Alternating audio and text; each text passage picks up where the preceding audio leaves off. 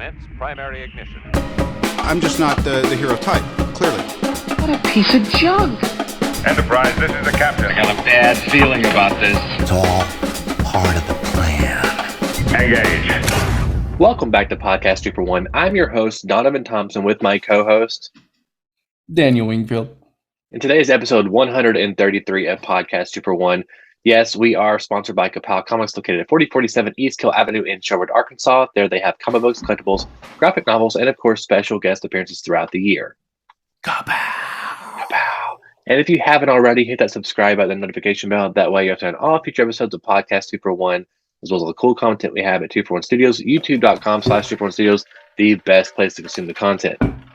Indeed. Daniel, we are talking She-Hulk episodes 2 through 5, which is kind of like middle of the season, so to speak. We have 3 more episodes left. We already talked about episode 1 a couple weeks back. And there's a lot of debate online. There's a lot of even debate amongst some of my friends through text. And I'm going to say this, my opinion, real quick.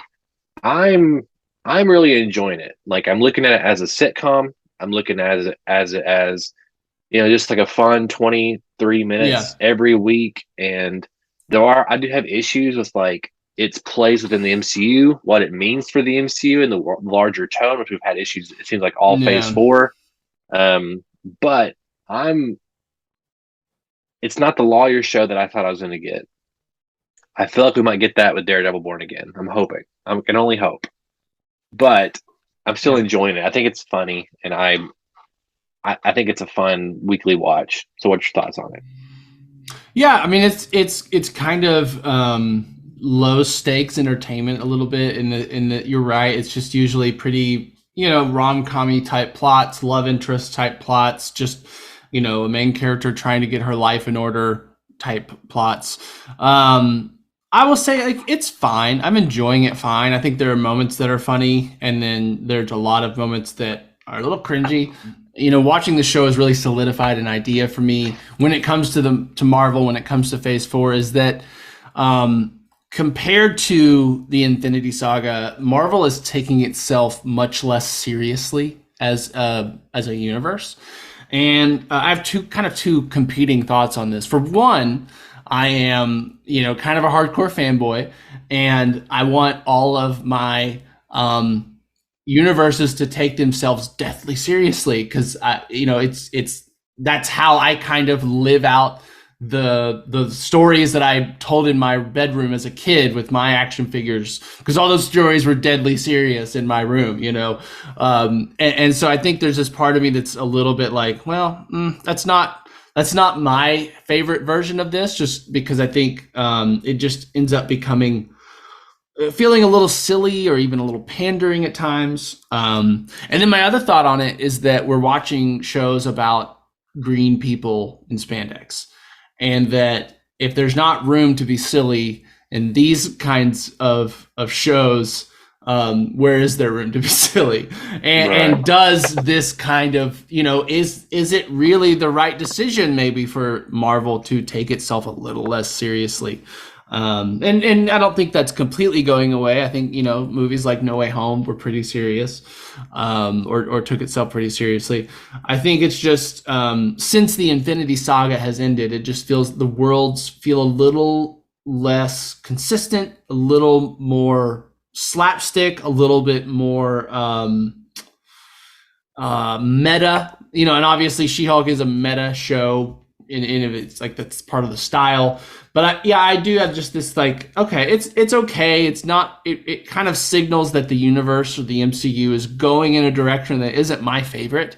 But that might not be a bad thing. It doesn't need, the MCU doesn't need to pander to me for my whole life. Or this is, again, as we talked about, maybe another instance of like becoming an old curmudgeon and only liking the things that you had as a kid, and everything else that's new sucks because it's not as good as what it was before. There's a lot of things that play. I don't think so on that regard. I mean, I think that, again, there's things like Spider-Man No Way Home that was just, how they just released it, re-released it 2 weeks ago, that, fits exactly with what I like about the MCU, like 100% to a T, and I think you're right in a lot of ways in terms of the world itself just feels kind of. I feel like there's 18 different worlds on the MCU itself. You know what I'm saying? Like it doesn't feel like whenever I see these characters that they operate within the same world. When I watched Iron Man 1, Thor, and Cap, it felt like those all took place in the same place. You know, Yeah. and You're all right. leading to the Avengers, and even after that, like they all feel the same thing.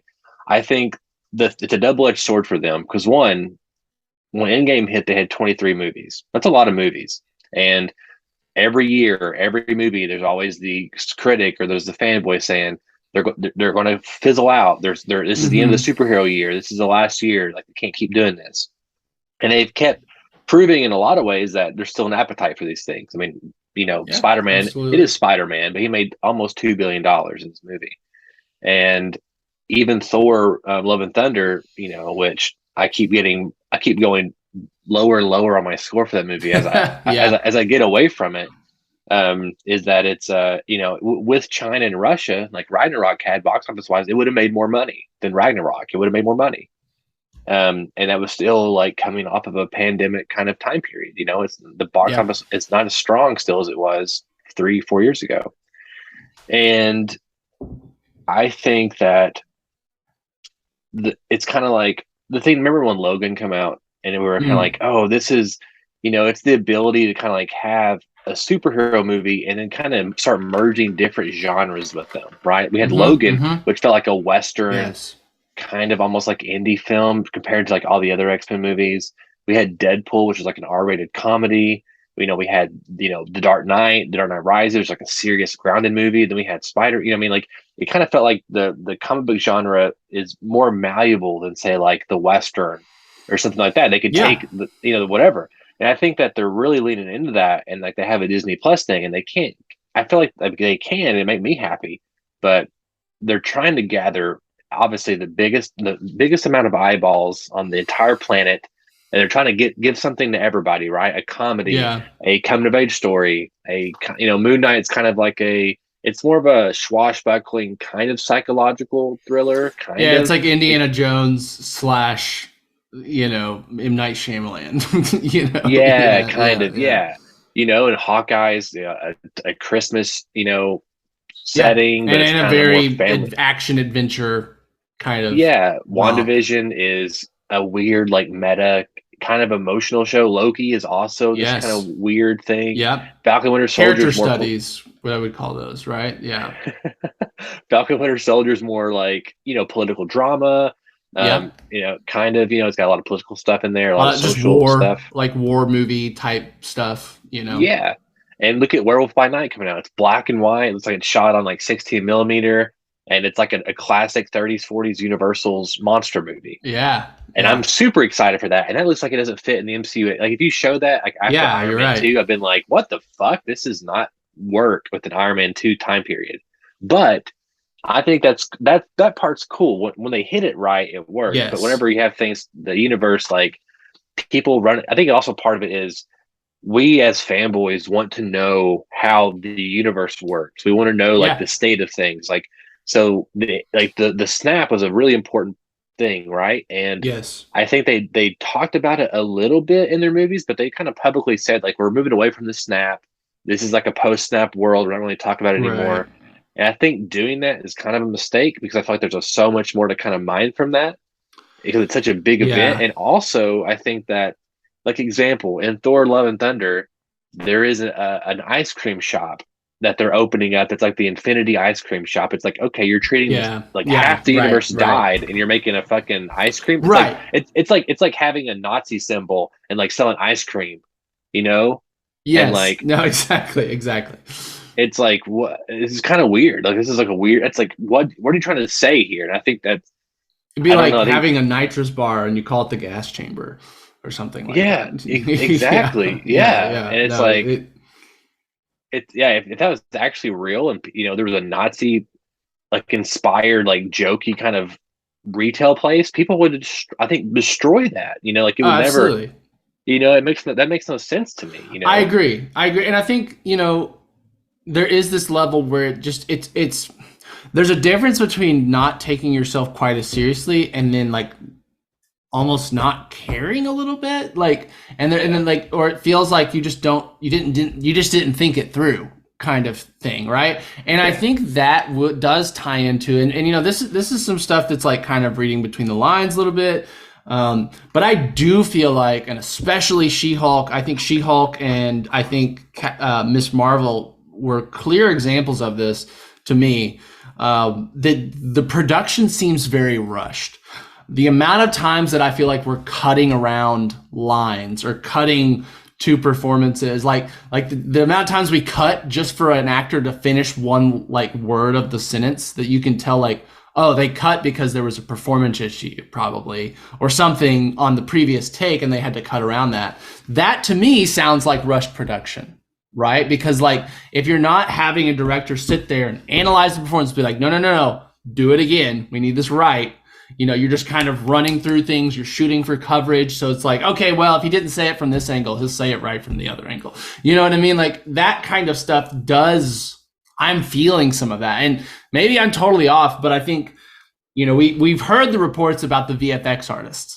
I think it would be naive to believe that sort of kind of crunch culture is exclusive to the VFX artists inside of the Marvel machine. Yeah. Right? Like I find it hard to believe that the directors and the producers that are on these shows aren't being pushed to the limits of their schedule and their energy levels. And it's like, no, we got to get it all out. Because right now Disney has a pipeline and like nothing can interfere with the pipeline. I know we you know, sometimes have some dates pushed back here and there, but like, I think if anything were to interrupt the kind of constant flow of MCU, whether it's movies or shows, that is not okay with Disney. And so I do feel like we're just like, and I think it's evident, like I know what me and Travis were talking. I do think some of the CGI has been pretty rough in these last couple episodes, especially in the action, like during the action points. Mm-hmm. And I think it feels rushed to me. And I think even decisions like the Infinity War ice cream thing, it's like, that is an idea that on, like, when you say it at first, oh, that's hilarious. But, you know, if you take another while to think about it or stew on it, you know, or someone else be like, yeah, that is kind of funny, but that also like kind of says some things about this universe that are a little, you know, it just feels like we're just taking the first idea we've got. We're not, you know, considering are there better options here, and we're running with it and we're shooting it really fast. And it's just, yeah, like that's the feeling I've gotten pretty, I mean, I think what was before Miss Marvel, was it Moon Knight? Moon Knight was. I think Moon Knight was pretty solid. Yeah. Yeah, I feel like Moon Knight didn't feel this way. Moon Knight felt pretty well thought out. Like Moon Knight felt like they knew exactly what they were doing by the end from the beginning, kind of thing. I feel like, and maybe it's a nature of that they are more comedies, and that is more of a typical, like they're doing a lot of improv comedy in these shows. You can, I feel like I can always tell when like a joke is like characters talking on top of each other. That's always to me a clear sign this was improv, because if a character have lines, unless they were directed specifically to cut each other off, it doesn't happen much. Yeah. And so like when they're like interrupting each other, like one character's like that to me is like a clear sign of like, oh, they're doing a lot of improv, and that can work. Like, I mean, like some of the greatest comedies that have ever been on TV were improv, like Parks and Rec, The Office. So much of those jokes were just improv on set. Valid method.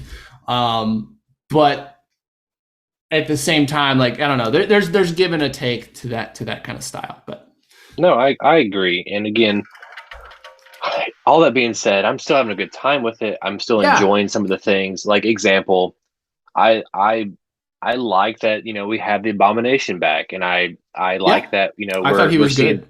Tim Roth back, and I think it's I do think some of, like, again, the court stuff is not as strong. I think that the stronger court stuff is the last episode we had, but like leading up to that, it really feels like it's not the show that I thought I was going to get. No, but and even the last episode, the court scene was not very court. I mean, it felt like it didn't feel like comedy. A real court show.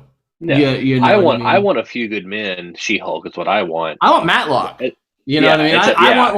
I want like her getting up there and like, you know, through her sneaky speech, you know, convincing a criminal to like confess. You know, like I want like, you know, you think there's no way, but she finds a way to argue it and wins it. You know, like that kind of shit. I did like, too. I would love like every I thought every episode was gonna be like a court case and like Law and Order, where she was like doing superhero stuff. and then like moonlighting and then being She-Hulk. Like I don't know. I just kind of thought, or just being like, honestly, the Tim Roth episode was my favorite because it was like a superhero in a legitimate like legal conundrum. Like I really like, probably my favorite part so far was when he was talking like, listen, like the U.S. government hired me to do this. Like when he was like, I thought I was one of the good guys. Like I thought I was on the way to being Captain fucking America. Like I was like, brilliant. Yes, that's what I want. I want you to take real events that have occurred in past movies and be like, how does this compare to like reality in terms of like what would actually might happen in our real world? And like, yeah, that's the perfect example of what would happen. The U.S. government would load some random like international like guy with tons of chemicals, turn him into a killing machine, and as soon as they can't control him anymore, they blame it all on him and throw him in the slammer for forever. Yeah. You know what I mean? It's like, 100%. Yes, that's what this show should have been every episode, but like that should have been episode 1, and every episode after this is her dealing with more and more like yes, let's actually think about what would happen in our fucked up judicial system if there were superheroes, and the kind of like corruption that would be around, the kind of like just like, hand slappy type stuff, like even like fucking Hancock, that old Will Smith, like, super, like just like what would happen when you get asshole superheroes, and like how do you control? I just think that's what the meat of the show should have been. Well, there's also other things too. That's kind of that.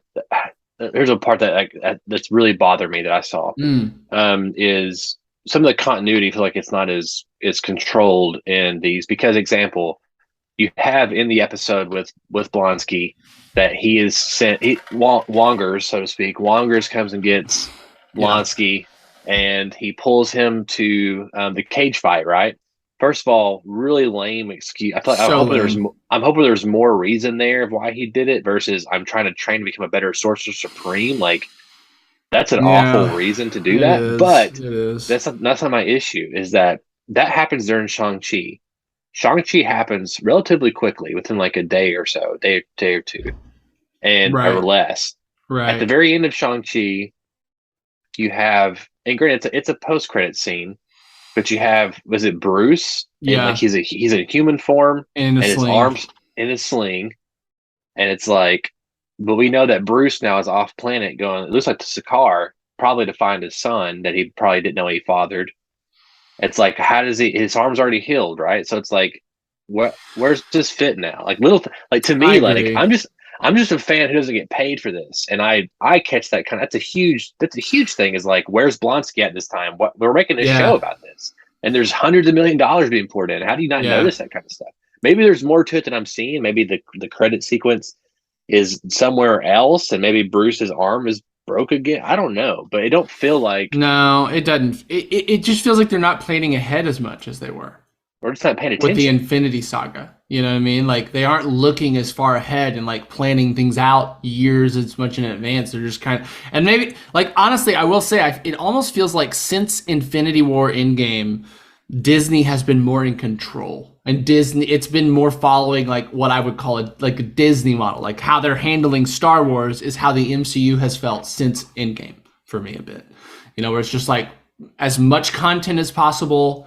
We don't have to think about it too much because we know people will just lap it up because it's Star Wars or because it's the MCU and they have rabid following. So they have guaranteed audience. And so it does. It just feels like they don't feel like they have to because people buy it anyway. People watch it anyway.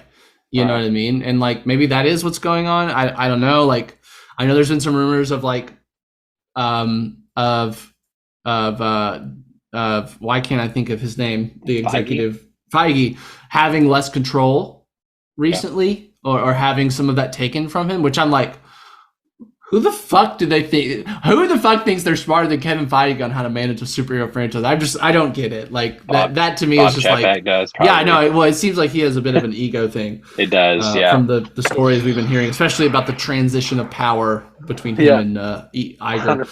100%. Which is like, of course, billionaire CEO thinks he's the shit and ruins everything. I mean, we've seen this story before, guys. This is not new. We have. But it's interesting. I do think it is interesting. Just real quick, wrapping this up. I had a lot of fun with the episode with when Wong's introduction, like his second episode, like him coming to get her, them fighting the demons.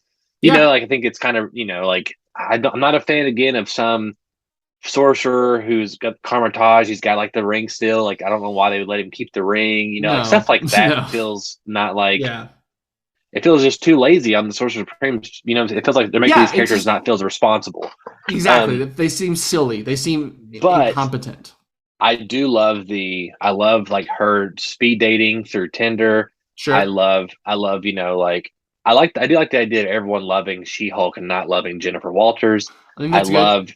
I think her and Wong's team up is fun. It's like, okay, we're actually seeing like characters kind of interact with each other. And then the last episode, I loved like Titania. I loved her having like a product line. I feel like exactly that's what kind of would happen in like that kind of world. Mm-hmm. And I liked, you know, again, bringing like that episode felt better to me because it kind of felt like, okay, you know, we have the Taylor, which kind of is leading us to Daredevil, which is a nice little tag. We have Titania and like the speed dating, and like I feel like a lot of threads throughout the season kind of come together a little bit for episode 5 in terms of like, okay, this is as random as I thought it was. It's still a little random, but it's not as bad. Yes. So I think these last, I guess the next episode has potential to be the best one easily. Well, I think it'll be probably the last 5 minutes. We'll see Daredevil finally show up, and then episodes 7, 8, or 9 or whatever will be kind of. I think he's only supposed to be in one. I thought he was on his IMDb. It said 6 episodes. We know it's not true now because there's not enough left. But I suspect maybe it will just be 1. I don't know, but I'm hoping at least 2. I also saw him saying, as a quote of him saying, there's going to be more lawyery stuff in his show, or something along those lines. There's going to be more court drama in his show. The thing is, I wonder. Obviously they're going to go. He said that it's not going to be season 4. It's going to be season 1, Born Again. And they also said that it's the tone's gonna be a little different to kind of fit within the MCU, of course, just kind of like they have been doing. Yeah. And the big thing is it's like what 20 something episodes, so 16 or 18. It's crazy. A weird number, yeah. So it feels like to me it's going to be half hours, kind of like I would assume so. I'm hoping it's not a comedy. I would rather have a Netflix 10 episode drama, but yeah, I agree. But I don't know why so many episodes. That's why it's such a. He said he hasn't seen anything writing wise yet, but they've already determined it's going to be 18 episodes. Like, I don't understand the math on that. Yeah, it wouldn't surprise me if it changes. Yeah, I agree. Last bit of news here. Sorry, go for it. I just want to nitpick one thing out of She-Hulk just because I want to. The male lawyer friend that is like helping her. What the fuck is his accent? Like every time he talks, I'm like, who the fuck are you and where are you supposed to be from? Like I do not. It is so like gratingly like it feels like he's imitating someone else's accent, but doing a horrible job. But they just play it off. I think that's his real accent because he was in season 5 of Arrow, and he was the best bad guy since season 2. He was great. Really? And yeah, he was in it. He was awesome. And I'm like, it's so weird seeing him play like a nice guy because he's like fucking bad as shit in Arrow. Oh yeah, sure. But he looks like he can play a good villain guy. Yeah, but it's the same accent. So I mean, it's the same. Okay, well, apologies, man. I'm not trying to make fun of how you talk, but it like every time I was just like, I felt like he was trying to do an impersonation. He may not be American. I don't know. So maybe he's just doing an American accent. And maybe that's the problem. That would make more sense because that's what it sounded like. And now I need to know. Yeah, I'll look him up too. And again, there's little things that are not bothering me, like She-Hulk twerking. Like I don't give a fuck. Like it's She-Hulk. She-Hulk's a bad bitch. She can you know what? It was in a. I obviously had seen that coming up, but it was in a fucking bumper. That's fine. If it had been a main part of the episode, like honestly, like Megan the Stallion is there for like 2 scenes. That's fine. Yeah, I don't give. Who cares? Yes, if the whole episode was this Megan the Stallion like crossover, yeah, I wouldn't love it. But it's like it's just a little cute little fun thing thrown at the end. I think just because of the vitriol around it, I was assuming it was like the whole episode is a Megan the Stallion, like kind of like feels like a weird VH1 crossovers thing. But no, it's just like a normal ass, like just little stinger at the end. It's perfectly fine. Yeah, I think it was cool. His name is Josh Segura. He's from Florida.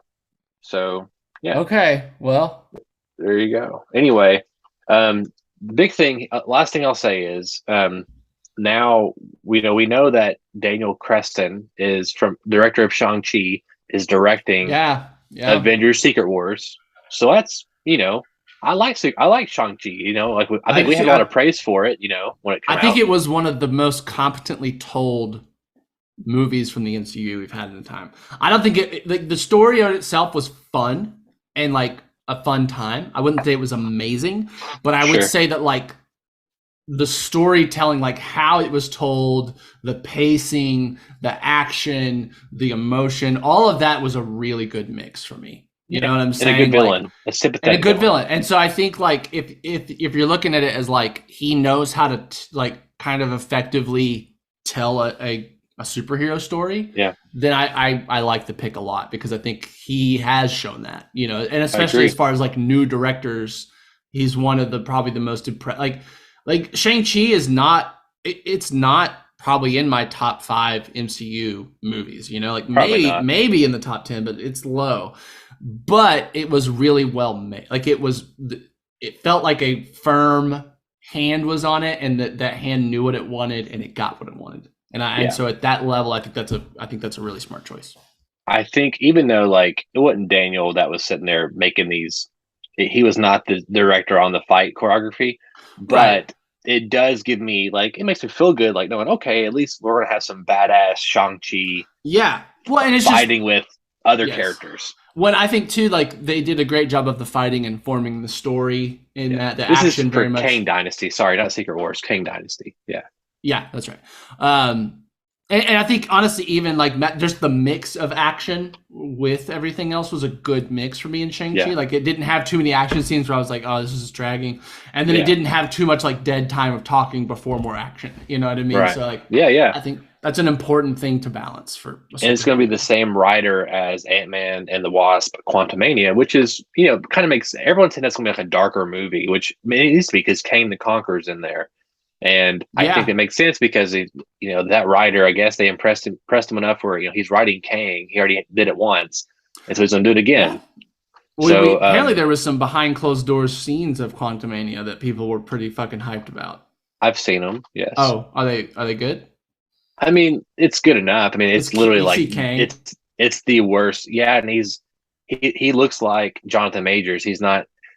He like apparently he's wearing a helmet. He's not like he doesn't have a blue face, like he's wearing a helmet that makes him look blue, like it's like a blue light up helmet, but he takes it off and like Ant-Man says, I'm fine with that. I'm an Avenger, and he says, Avenger, I'm a conqueror, like I heard about that line. Or was there one where he's like, have I killed you before? Like I've killed you, like I could have killed you infinite amount of times. Asking like, have I killed you before? So like it feels it's interesting, and there's some other things that I don't want to spoil yet for people who don't want to be spoiled, but like involving MODOK and some other cool characters. But I saw like one image of like potentially his head or something. No, it's if you want to go down that rabbit hole, it's very easy to figure out who MODOK is, and it's a great idea in my opinion. Okay, cool. So and then the other thing he's is going to be a different character, like they're combining a couple characters for him. They are, and it's like probably one of the better retcons the MCU's ever done, because the comics, like who gives a fuck about MODOK? I like MODOK for what he is, but also like this is a time where it makes sense, and when you see, you'll be like, that's a good idea. Again, it isn't not much thought to go into it, but last thing I'll say is, we'll get off here, is now it's rumored that Ryan Coogler, director of Black Panther 1 and 2, will be directing Avengers: Secret Wars. That he's in talks now to do that, and so it's kind of like, you know what, he's a good director. Like, if they can just give him time with the VFX, fantastic. I think a lot of, especially if you've never seen his movies pre-MCU. Creed's great. Creed, Fruitvale Station is fantastic. Him and Michael B. Jordan do good stuff together. They do. Yeah, so I think he is definitely one of the most, like, I trust him as a director. Like he's someone you can rely on, and he's gonna give you something good. I feel like by the end of it, he just has a high standard. I agree, and so I think both of those are solid choices for directing these big movies. I do wish we had the the OG team with Stephen and Marcus McFeely and the Russo Of course. brothers, Of course. but I guess it's not in the cards, and so these are also good cards to be dealt. It seems like. Yeah, absolutely. So I'm excited to see what they do. I mean, I think it is that thing of like we're very close to starting to get all of these like things from the MCU that are a lot more interesting, at least to me. I agree. Yeah, to me too. That is like that is kind of what keeps me coming back, honestly, is this kind of knowing that like, that Kang's coming, and Kang was amazing when he was on screen the first time. You know what I mean? And like thinking about like Moon Knight teaming up with Daredevil, teaming up with the Black Knight, that kind of stuff. You're just like, okay, I want to stay here just because that stuff's coming. You know what I mean? Like that's a good enough reason to stay tapped into everything, because I want to eat all that up. No, I agree. There's still potential in the MCU. We just got to give it some time, and hopefully our Lord and Savior Kevin Feige will deliver as he has in the past. Exactly. All hail. Daniel, how can listeners write into us? Listeners, you can write into bit.ly/241mail. Let us know what you thought of the first 5 episodes of She-Hulk. Do you think it is as world-endingly bad as the rest of the internet? Or do you enjoy nice things in life?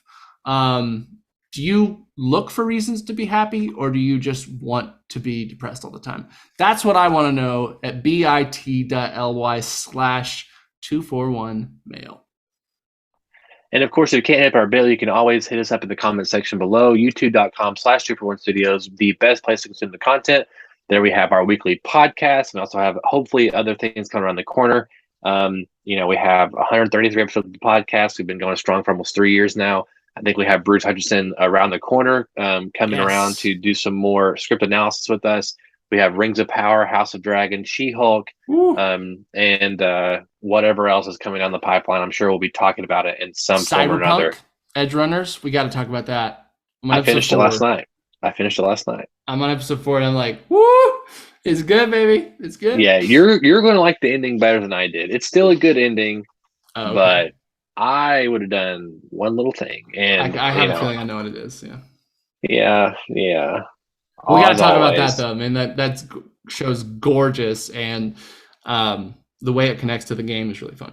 I think so too. It's a lot of fun to watch it, and I'm excited. Maybe that'll be next week, so we'll talk about it. But you give Studio Trigger an amazing animation studio, and you let them do the cyberpunk world, which is just like a giant neon world with cool animation stuff happening constantly. It's just a match made in heaven, man. I agree. I do hope we get something else from them in that same world in the future. Surely. I mean, but I don't know if we will. I'm sure this is doing good numbers for Netflix. I hope so. I hope so. Online.